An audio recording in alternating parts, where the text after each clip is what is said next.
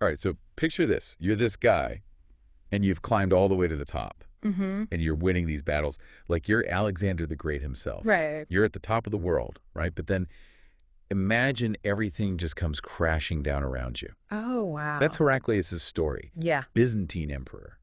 He experienced both incredible triumph and, crushing defeat. Right. So today, we're doing a deep dive into his life. Okay. And we'll be using excerpts from an interview with Professor Jonathan Harris. Oh, fantastic. He's a leading expert in Byzantine history, and we're going to see how Heraclius rose to power. Okay. How he led these amazing military comebacks, and then ultimately how forces beyond his control led to his downfall. It's fascinating, isn't it? It really is. His story, because, you realize that history is full of these moments where everything just kind of changes. Like a turning point. Yeah, exactly. So to understand his story, we need to set the scene. Okay. It's the 7th century A.D. The Byzantine Empire, that's the eastern half of what was the Roman Empire, right? They're facing some serious threats. Yeah. You've got Persians invading from the east. Oh, wow. Slavs and the Avars pushing down from the north. Yeah. And they've got internal struggles, Tearing them apart. Yeah, it's a mess. So into all this chaos, Heraclius is born. Okay. But here's the thing. He's not some prince born into a royal family or anything. Right. He's actually from a military family way out in Carthage. Oh, wow. That was a Roman province in North Africa. So really far from... Yeah, far from the center of the empire. Yeah. Yeah. It definitely wasn't a clear path to the throne for him. Not at all, no. So how does this guy go from being this nobody Right. to becoming the emperor of Byzantium? Well, you have to remember that the capital, Constantinople, Yeah. was just full of political scheming and, backstabbing, basically. Oh, yeah. The emperor at the time, Maurice, he was trying to deal with all these threats at once. And you've got the Lombards in Italy. You've got Avars and Slavs. Yeah. And then you've got this giant Persian empire. Exactly. It was constant pressure from all sides. I can imagine. And, his strategy to deal with this was not great. Not great. He made peace with the Persians, tried to ignore the Lombards, and decided to focus all of his military might on the Avars and Slavs. Oh, so just pick one and focus on that. Yeah, essentially. But then he decides to launch a winter campaign. Oh, no. In the Balkans. Bad idea. His troops ended up mutinying. Mutinying? Yeah, they killed him. Oh, my God. And they put one of their own officers' focus on the throne. That's crazy. It's like a full-blown military coup. It was a complete takeover. But the problem is Focus turned out to be a terrible ruler. What was so bad about him? He was incredibly paranoid. He saw enemies everywhere, and he ruled through fear and violence. Oh, so he just made everything worse. Much worse. The empire was basically falling apart under his rule. And this is where Heraclius' father comes in, right? Exactly. He was the governor of Carthage, remember? He could see just how dangerous Focus was to the empire. Yeah. So he tells his son, Heraclius, to go to Constantinople and seize power. Wow. That's a bold move. I mean, sending your son to overthrow an emperor? It was a huge gamble, but it paid off. It did. Heraclius arrives in Constantinople in 610 AD. Yeah. The people were completely fed up with Focus's tyranny. Yeah. So they backed Heraclius. He overthrows Focus, has him executed. Wow. And just like that, the son of a provincial governor becomes the emperor of a crumbling empire. Yeah, I can only imagine how overwhelming that must have been. It was a complete whirlwind. I mean, he's got enemies at every border. Yeah. Internal strife, and now he's in charge. So what did he do? Did he immediately try to fight everyone? Well, it's easy to think that he would have just rushed into battle, right? Yeah. But he didn't, and that's one of the things that makes him such a fascinating leader. He was very strategic. Strategic? Yeah, a master planner. Instead of just launching these hasty counterattacks. Okay. He spent the first 12 years of his reign consolidating his power. Okay. And crucially, preparing his army. So he took his time. He knew he couldn't fight everyone at once. Exactly. He was playing the long game. Yeah. He secured peace with the Avars and Slavs up north, Okay. which freed up resources and manpower for a much bigger challenge. The Persians. The Persians, exactly. Yeah. They had been watching all this chaos unfold. Oh, yeah. And they saw their old enemy, the Byzantine Empire, Yeah. tearing itself apart. So they were probably seeing an opportunity. Oh, absolutely. Yeah. They saw a chance to reclaim territory and restore their own empire to its former glory. Right. So they broke the peace treaty that Maurice had established. Yeah. And they launched a series of devastating attacks. They did. They conquered huge chunks of Byzantine territory in the east, Really? including Damascus, Jerusalem. Jerusalem, I mean, that's the holy city. It was a huge symbolic loss. Yeah. And they didn't stop there. The Persians even captured the true cross. Wait, the true cross, like the actual, yes. The relic believed to be the cross that Jesus was crucified on. Wow. That's got to be a devastating blow. It was a massive psychological blow. And to make matters worse, they also captured Egypt, Oh, no. which was essentially the breadbasket of the Byzantine Empire. Yeah. It supplied a huge amount of their food and resources. So losing Egypt, that was an economic disaster. It was a huge economic blow. It was a really dark time for the Byzantines. Wow. So now Heraclius is facing this existential threat. Mm-hmm. What does he do? Well, everyone expected him to march east. Right, to try and take back those territories in Syria. Exactly. Yeah. And the Persians, they were ready for that. They had heavily fortified the Syrian frontier. Okay. They were just waiting for the inevitable Byzantine attack. So it would have been like walking into a trap. Basically. But Heraclius, he had a different plan. Okay. He always seems to have something up his sleeve. He did. Instead of going straight for Syria, he marches his army north into Armenia. Armenia. Yeah, and then he swings south, launching a surprise attack on Persia's northern frontier. So he completely bypasses their defenses. He does. He goes right for the heart of the Persian Empire. That is incredibly audacious. It's a bold move, a real gamble. Were the Persians completely caught off guard? Totally. They never expected him to attack from that direction. That's incredible. It was a brilliant military maneuver. It was. But Heraclius didn't stop there. He was also a master of psychological warfare. Oh, really? Okay, I'm intrigued.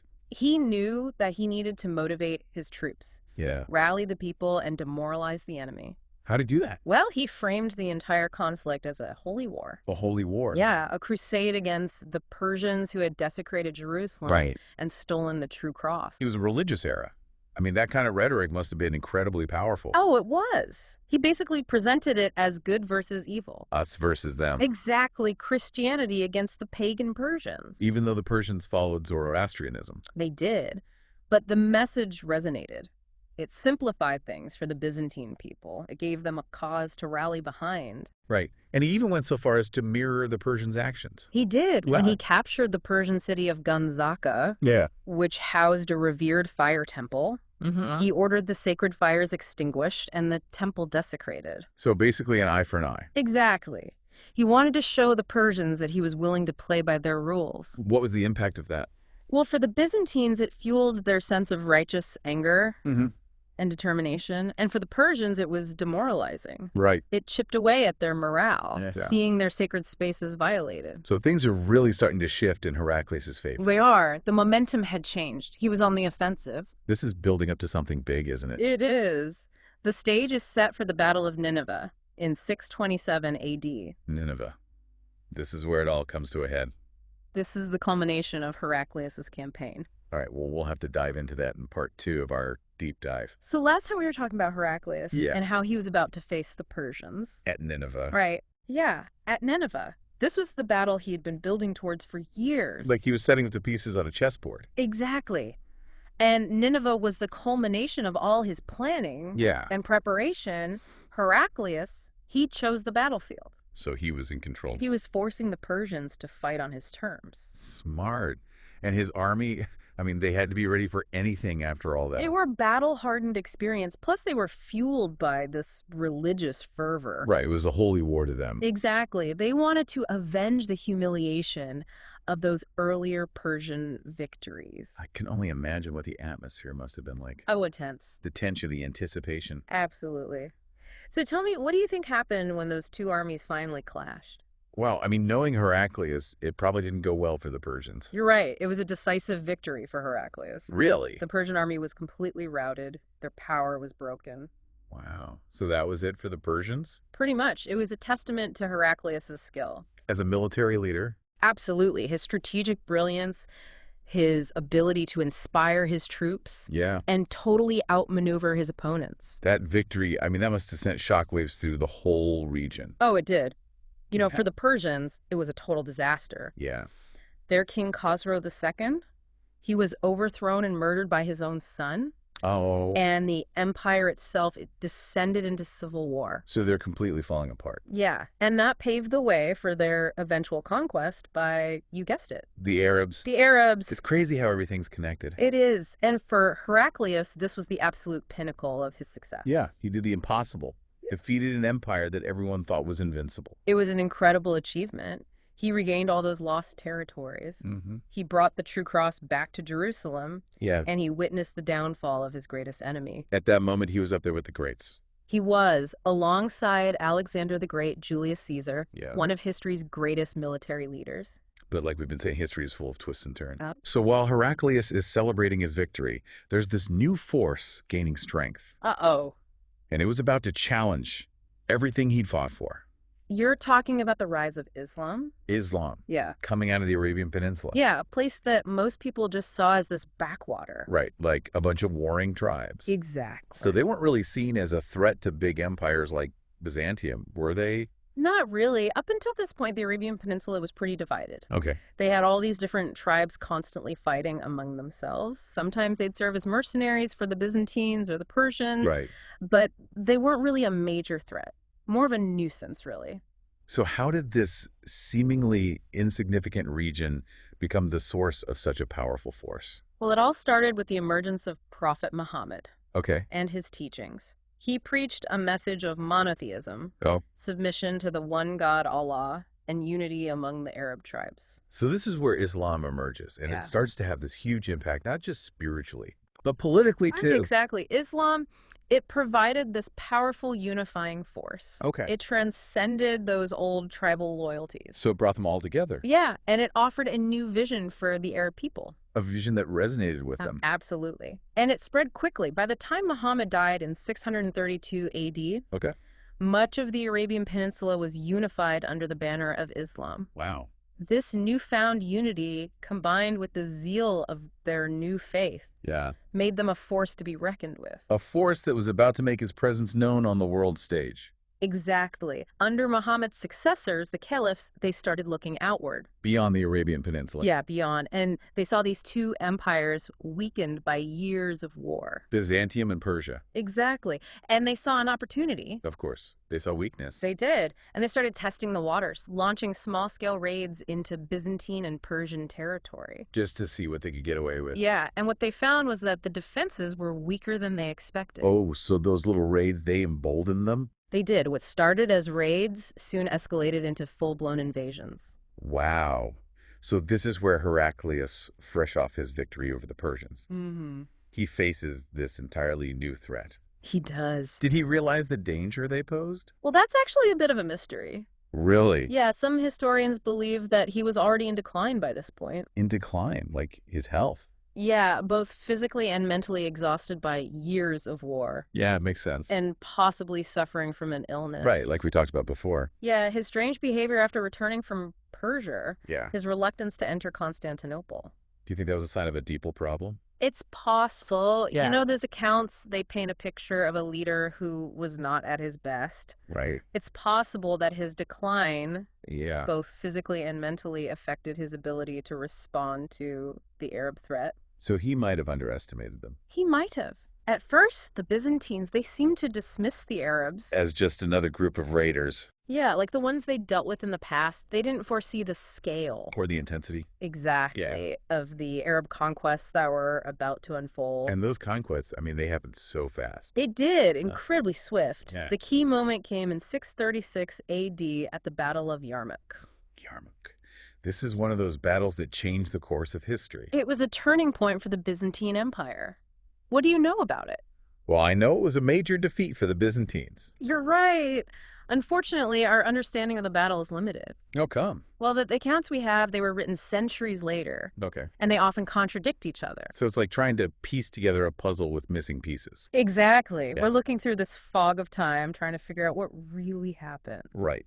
But we do know that the Byzantines, they gathered a huge army. They did. Right. Possibly tens of thousands of soldiers. Wow.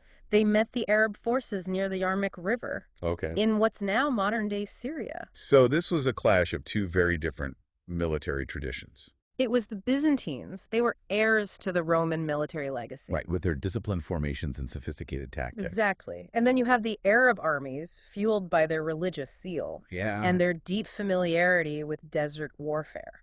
So completely different styles of fighting. And there are accounts that suggest the Byzantines might have been hampered by internal divisions. Oh, really? Like infighting? Yeah, rivalries among their commanders, right, which would have weakened their effectiveness. So on one side, you have unity of purpose, Mm-hmm. and on the other, you have internal conflict. Right. It sounds like the Byzantines were at a disadvantage. Even before the battle began. It's possible. And then you have accounts describing a sandstorm during the battle. Oh, wow. Which would have disoriented the Byzantines. And favored the Arabs. Of course. They were used to fighting in the desert. It's amazing how these seemingly random events can shape the course of history. It really is. You know, despite their numerical superiority, the Byzantines suffered a catastrophic defeat at Yarmouk. It was that bad. Their army was shattered and their hold on Syria was broken. So Yarmouk, it wasn't just a battle, it was a turning point. It opened the floodgates for the Arab conquests. And once those floodgates were open, there was no stopping them. Exactly. The Arabs quickly swept through Syria, capturing Damascus. Damascus, another major city. It was. And then in 638 AD, they laid siege to Jerusalem. The holy city, once again at the center of a clash of empires and faiths. It was a pivotal moment. When we left off, Heraclius was back in Constantinople. His empire was shrinking. Right. And the Arabs were continuing their advance. Yeah, it's a pretty stark contrast to the Heraclius we saw earlier. Yeah, the one who defeated the Persians. Exactly. It's like a complete turnaround. It must have been incredibly difficult for him. Oh, absolutely. Imagine going from the height of your power, celebrated as a hero, to seeing everything you worked for just crumble around you. It must have been a heavy burden to carry. It was.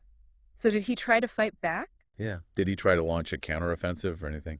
Well, there were some attempts to, regroup and reorganize the Byzantine forces. Okay. But the momentum had shifted. The Arabs were just too strong at this point. So it was like trying to swim against the current. Exactly. And Heraclius, well, like we talked about before, the accounts from this time, they suggest that he was a changed man. Right. You mentioned he was physically ill. He was possibly suffering from some kind of disease that we now think might have been a urinary tract condition. Oh, wow. And he was also really troubled by all the losses the empire had suffered. I mean, that's understandable. It is. Yeah. Some historians even believe that he became kind of obsessed with theological debates. Theological debate? Yeah, like he was searching for answers in religious doctrines. So he retreated from the world of military strategy.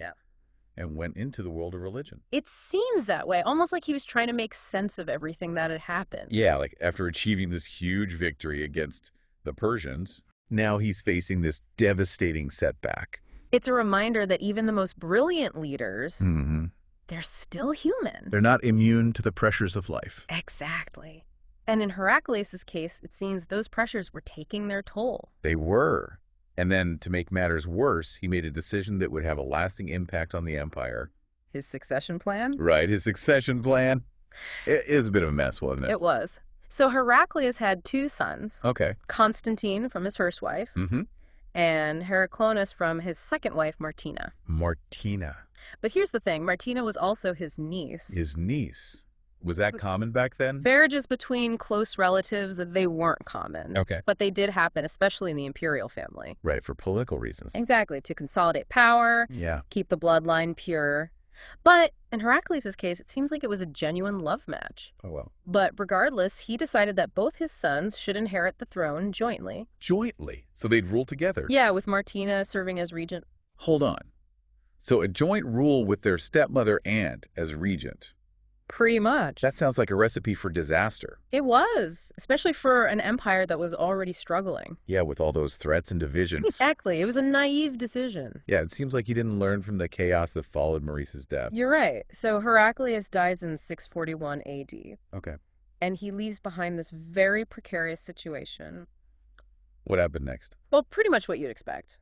The joint rule, it immediately descended into chaos. Chaos. Yeah. There were accusations of poisoning, palace intrigue, whispers of Martina trying to seize power for herself. Oh, wow. It all ended in a coup. A coup? Constantine was declared sole emperor. So they got rid of Heraclius? They did. Martina's tongue was cut out. Oh, my God. And Heraclius had his nose slit before they were both exiled. That is brutal. Talk about a fall from grace. It is. It's a far cry from the glory of his victory over the Persians. So Heraclius, this emperor who achieved such incredible things, he ends his life on a tragic note. He does. His empire crumbling, his family torn apart by power struggles. It's a sad end to a remarkable life. It is. So how should we remember him? What's his legacy? Well, it's complicated. He was a brilliant military strategist. Yeah. No doubt about that. His campaigns against the Persians were incredible. He was also a charismatic leader, capable of inspiring his troops and rallying his people. But he was also flawed. We all are. Right? He made mistakes, especially in his later years. What's that succession plan?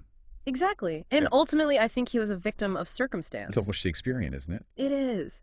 A tragic hero brought down by fate and his own misjudgments. Yeah, he reminds us that even the most successful leaders, they're not invincible. They're not. They're subject to the same twists and turns of fate as everyone else. So Heraclius' story, it's a story of both triumph and tragedy. It is. It's a reminder of how quickly things can change. Yeah, how victory can turn to defeat. How strength can give way to weakness. It's a story about the fleeting nature of power. And the importance of foresight. Exactly. Well, thank you so much for taking us on this deep dive into the life of Heraclius. Our pleasure. And to all our listeners, if you enjoyed this episode, be sure to subscribe to The Deep Dive for more explorations of fascinating historical figures and events. We're always digging deeper, uncovering the hidden stories that connect us to our past and illuminate the present.